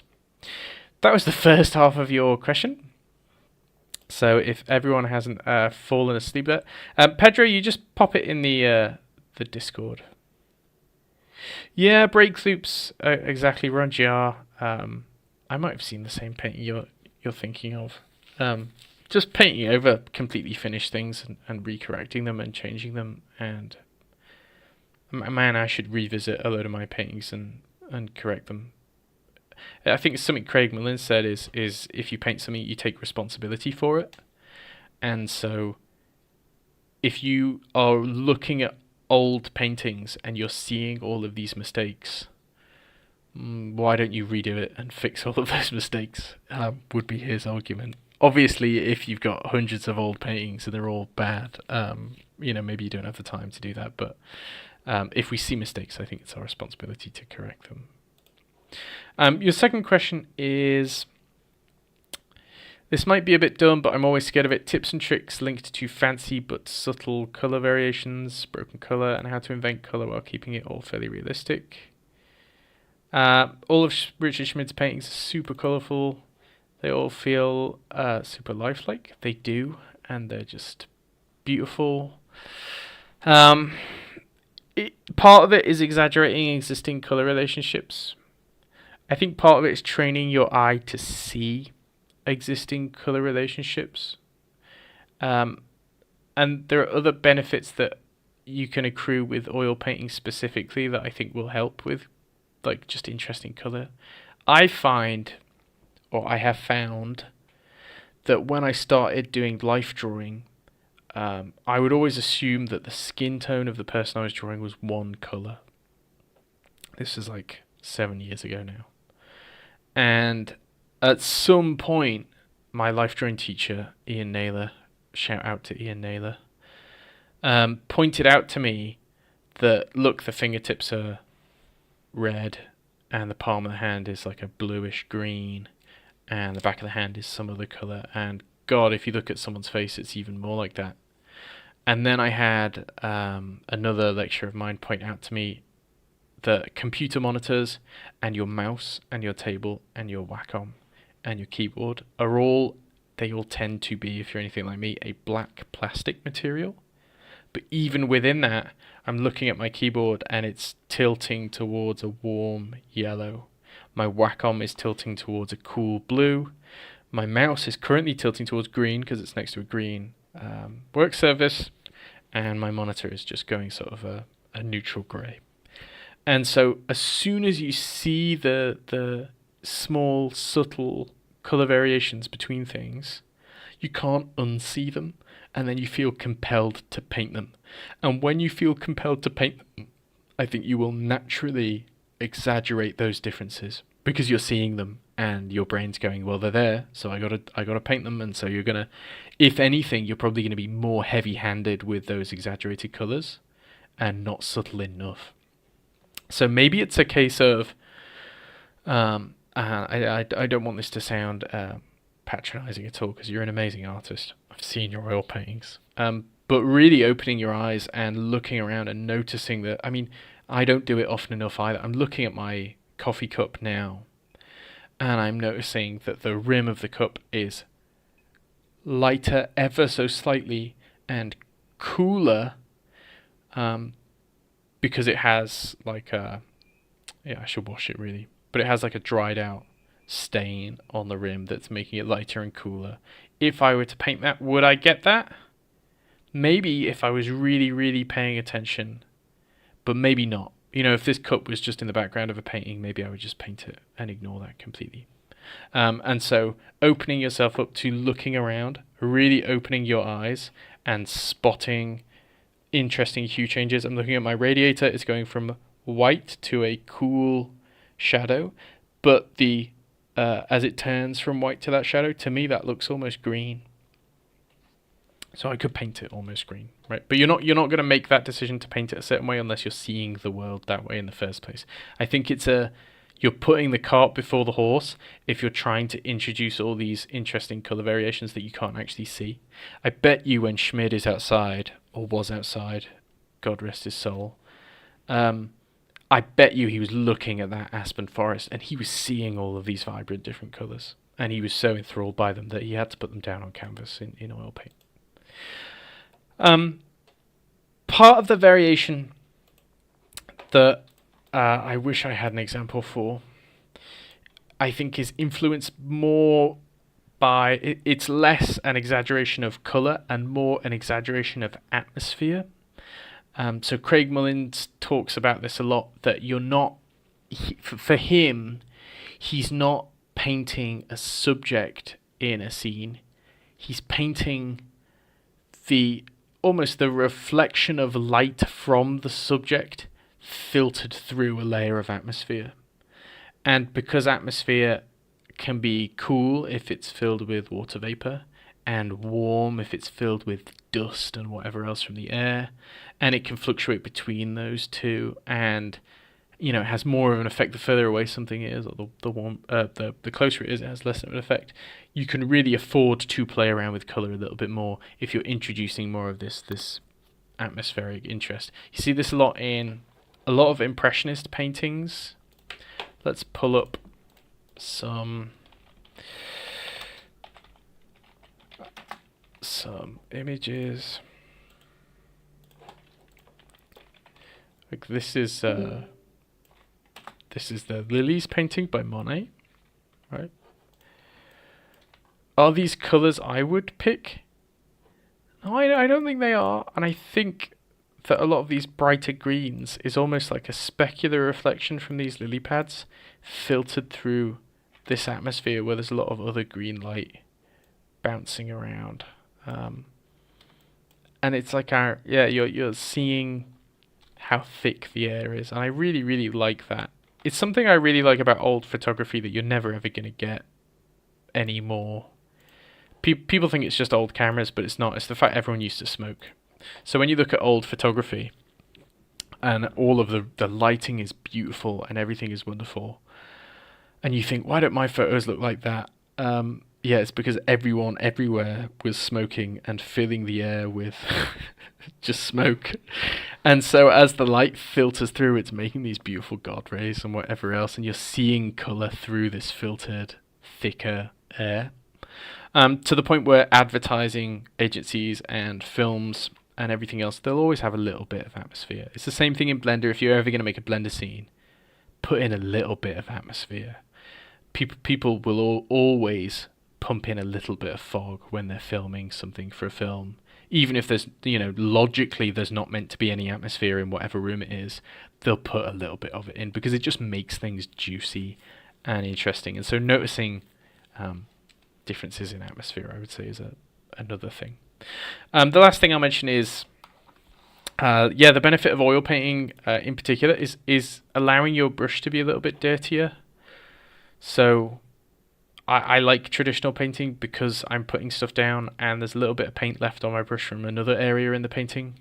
And so it's almost like every part of the painting affects another part of the painting just by virtue of the fact that there's some of that pigment, dashing about from here and there and other sides of the canvas.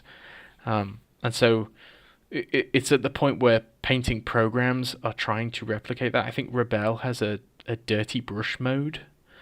I don't know if Clip Studio does. Effectively, the mixer brush in Photoshop you can use as like a dirty oil paint brush. So you can, in fact, I'll show it off. I'll show it off with DK's painting. So here is a painting. Here is my mixer brush. Now I can select a default color on my mixer brush, but we can also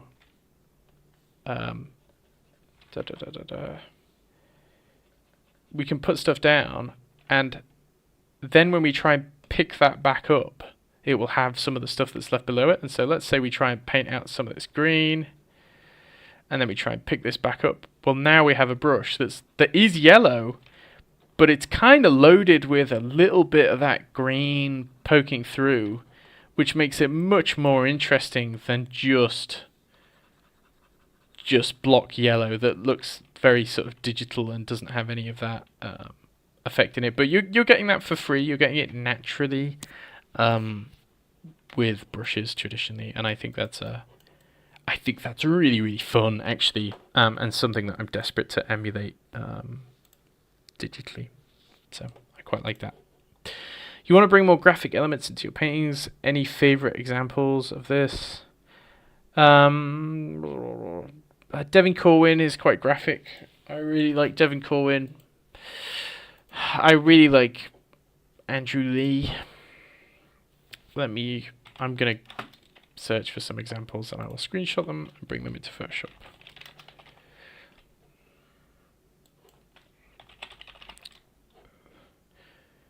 Where is he?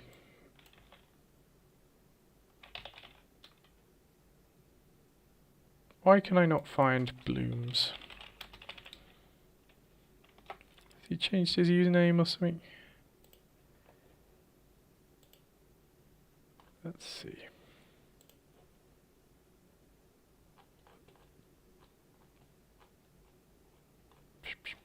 Give me a sec.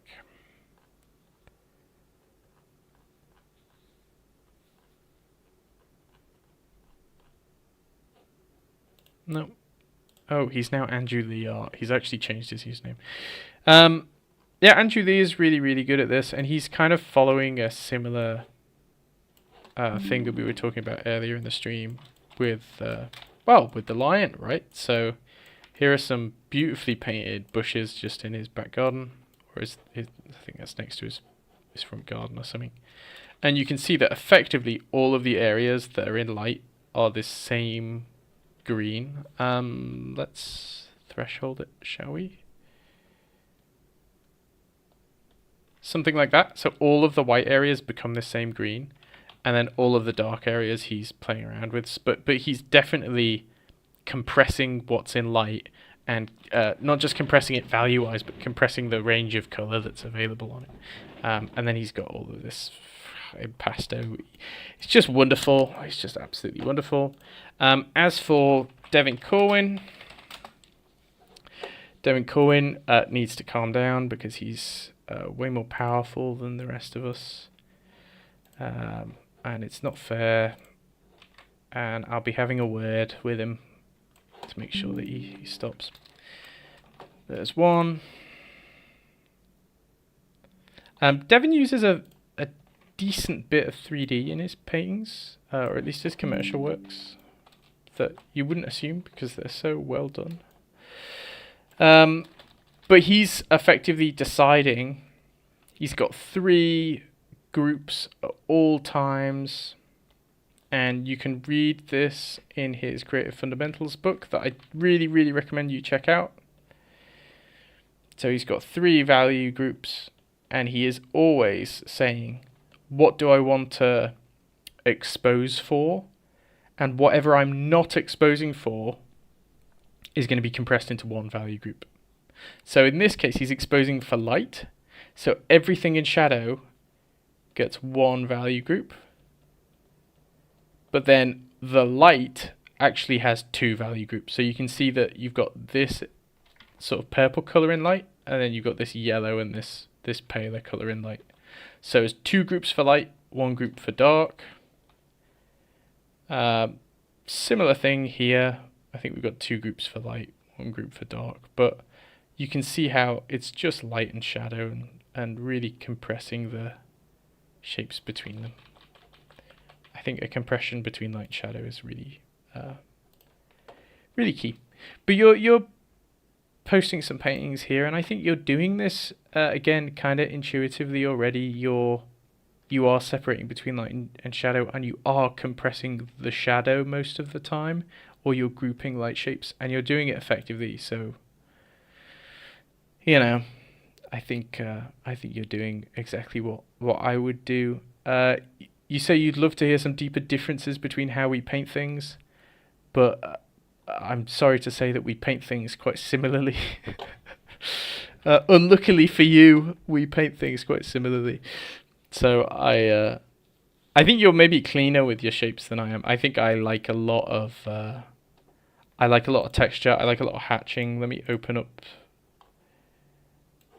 some recent paintings. I did this one the other day on stream, and I'll open these 2 that I did. I like a lot of texture, and like a lot of texture.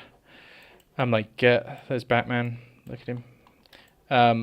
I want as much texture and information as possible. Not really information, just I like something that looks like it was scraped in order to be made. And I get the sense that your paintings are not like that. You'd like something a bit cleaner. I should. It's almost like an addiction at this point, and I want to break away from it. I want to do some paintings that are much cleaner. I'm actually toning down the texture a lot here in order to get this cleaner silhouette. I think if I had it my way, I would like... I guess I do have it my way, but I just know that it's not as appealing as it should be. Like, I would have this entire... back would have that, and then it would have some other color vibrating with it, and then it would have another color vibrate, and I would just have like maximum, and it's not that bad a decision, but I really love it. I love the hatching. I like that kind of scratchy thing, so that would be a difference. Maybe it's something for you to play around with, and I'll play around with some of the flat stuff instead.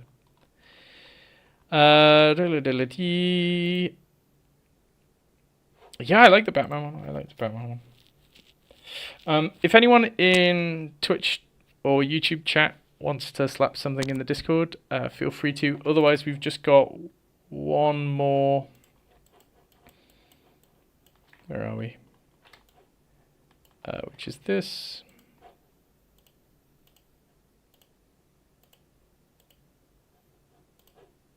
This boat. Let's see. Hope you can hear me scrolling.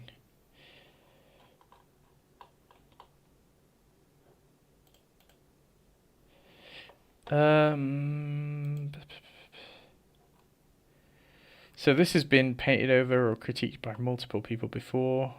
So I'm looking at everyone else's critique to make sure I don't repeat it. Go and get yourself a drink or something while I read. Values of the... then that. Sail more brightly coloured. Then... yeah, I think there are a few things compositionally that I would change or avoid. The first one is the aspect ratio, which might seem subjective. I think I can explain it in a way that is not subjective. I think the closer you get to a square, the harder time you're going to have making something appealing. And I think I can explain that. So a square, if we think about anything as a ratio, this isn't an exact square. Let's make it an exact square, shall we? Okay, it's closer. A square has a 1-to-1 ratio, which means there isn't really a sense of direction or flow, right? There's no logical reason why I feel like I'm starting in this area and moving over there, or am I starting in the middle and moving outwards? I don't really feel anything.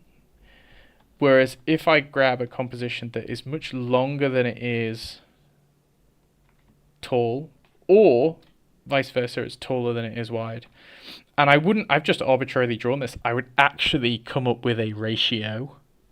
So a lot of things use like 16:9 as a ratio. That's apparently an appealing ratio. You could use 2-to-1 as a ratio. You could use 3-to-1. But I think figuring out the ratio is important, because all of a sudden I feel like maybe there's a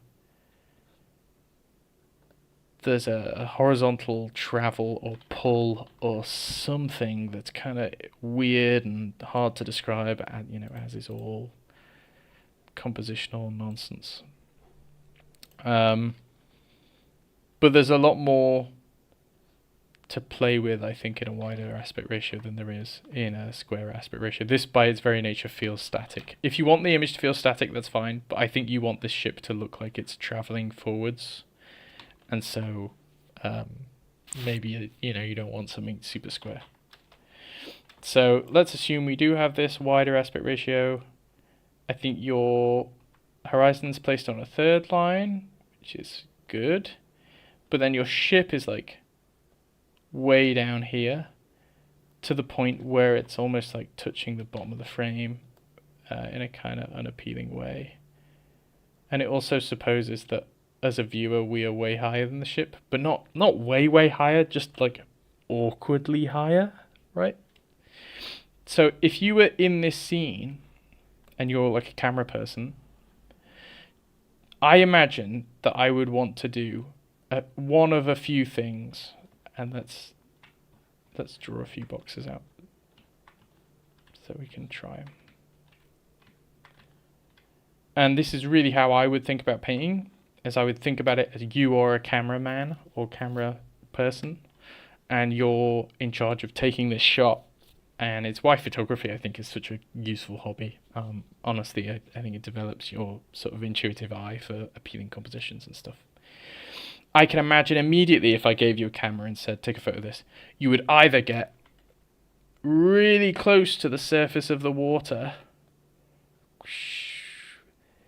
so that like this ship is almost gliding on the surface, and it's got like the spray coming off it and whatever else, and you know, this person's sat on the bow.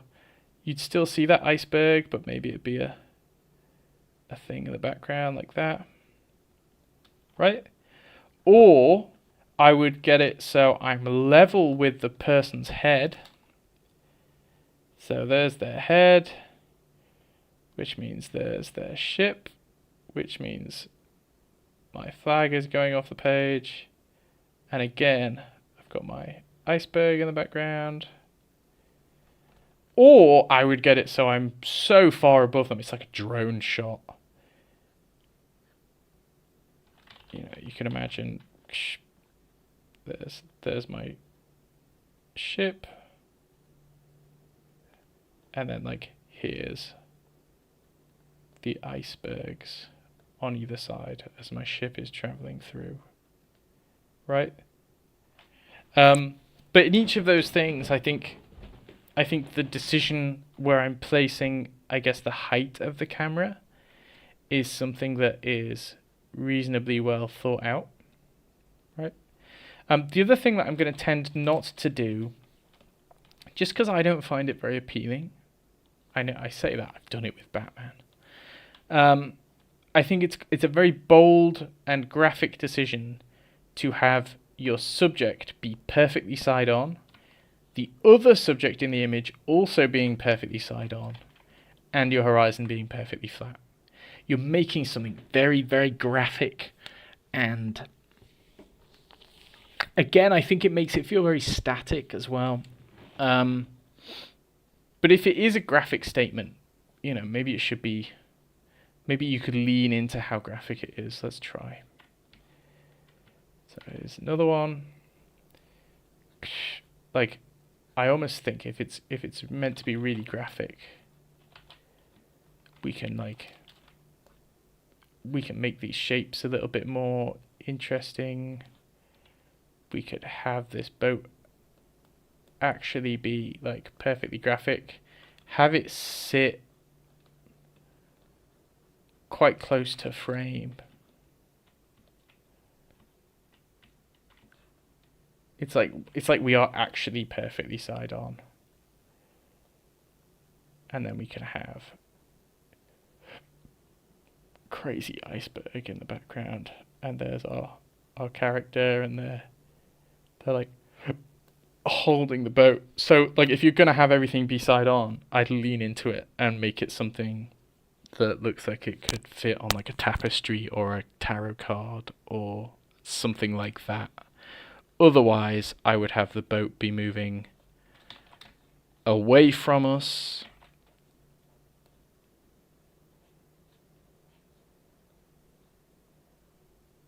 or towards us. I think part of that is just having the confidence to draw those forms in perspective, even if there's something as dodgy as that.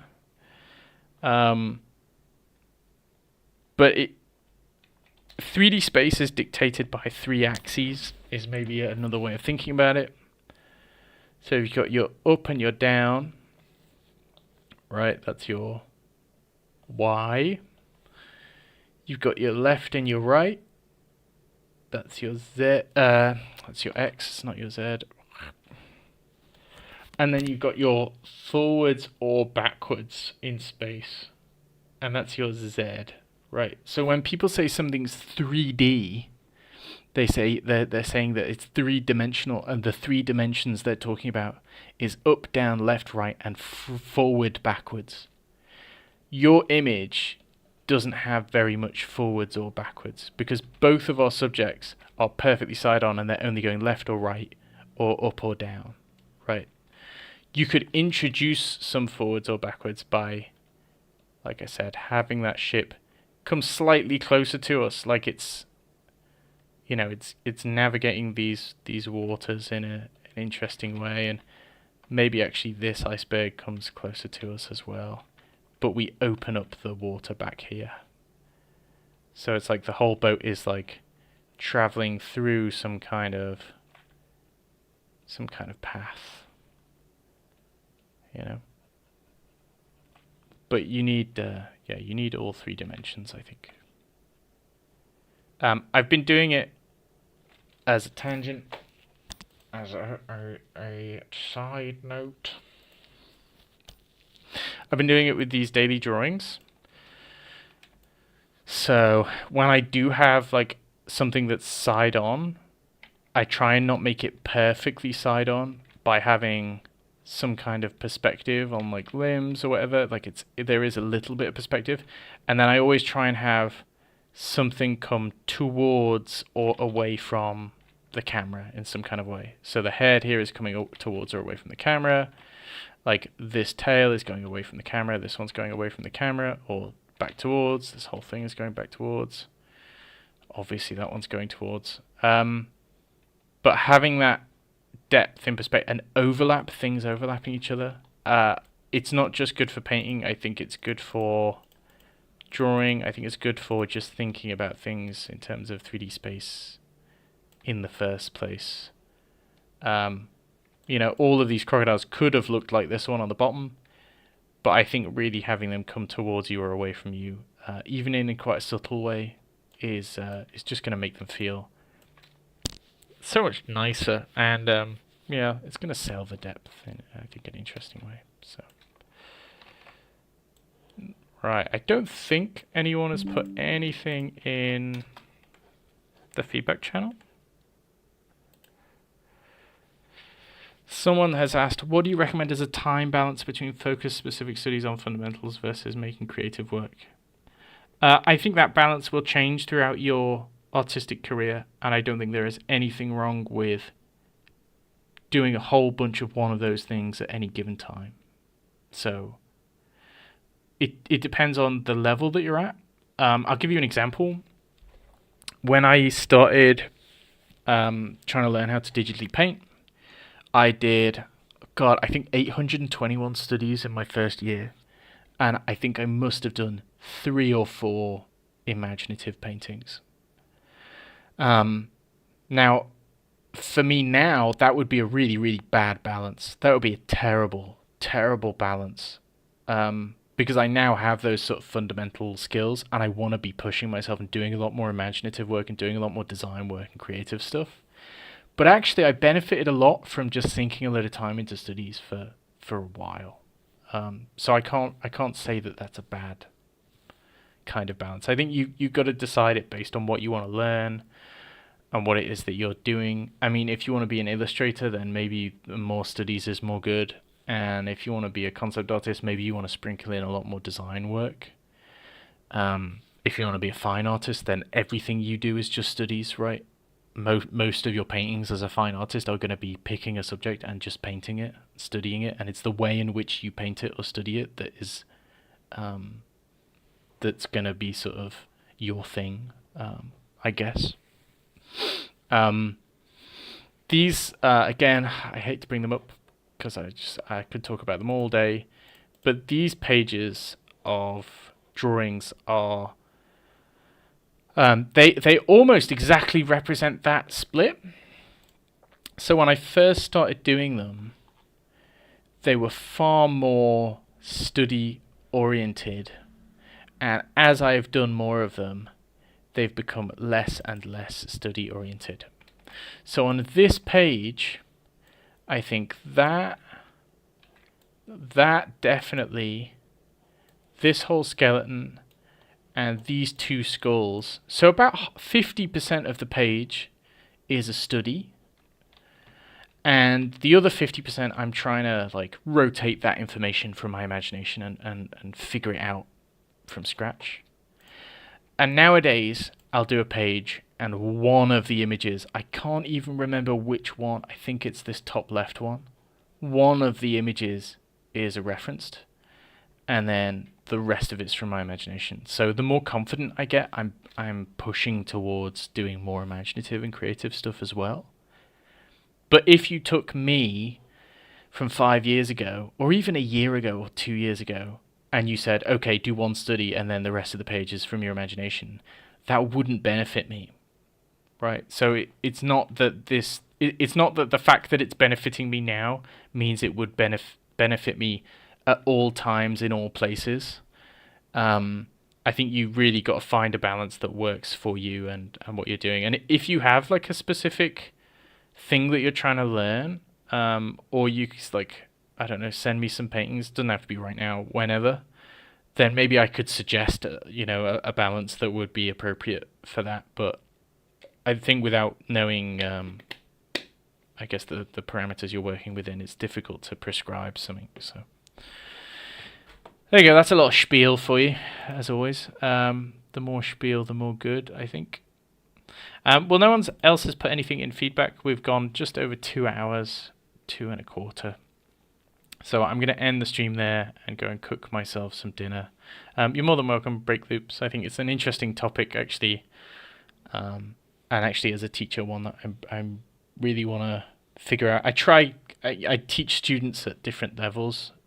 For all I know, you are one of my students. They are lurking around every corner. But I find even the difference between how I teach a first-year student versus how I teach a third-year student at the university I work at, that scale between creative work and just study work is massive. My first-year students, they complain most of the time because I basically just get them to do study work for an entire trimester. It's just just draw these rocks, draw these trees, draw them as well as you possibly can. Then you get to have fun and do the creative stuff later down the line. But right now we've got to work on this, So it's interesting and something for you to, experiment with it, play around with it, try loads of stuff. Right, ending the stream, gonna go make dinner. Thank you all for joining. Thank you if you're watching this after the fact on YouTube. I would like to do more of these. I really enjoy them whenever I do them, and they seem to be well received. So we'll do more. Okay. Enjoy.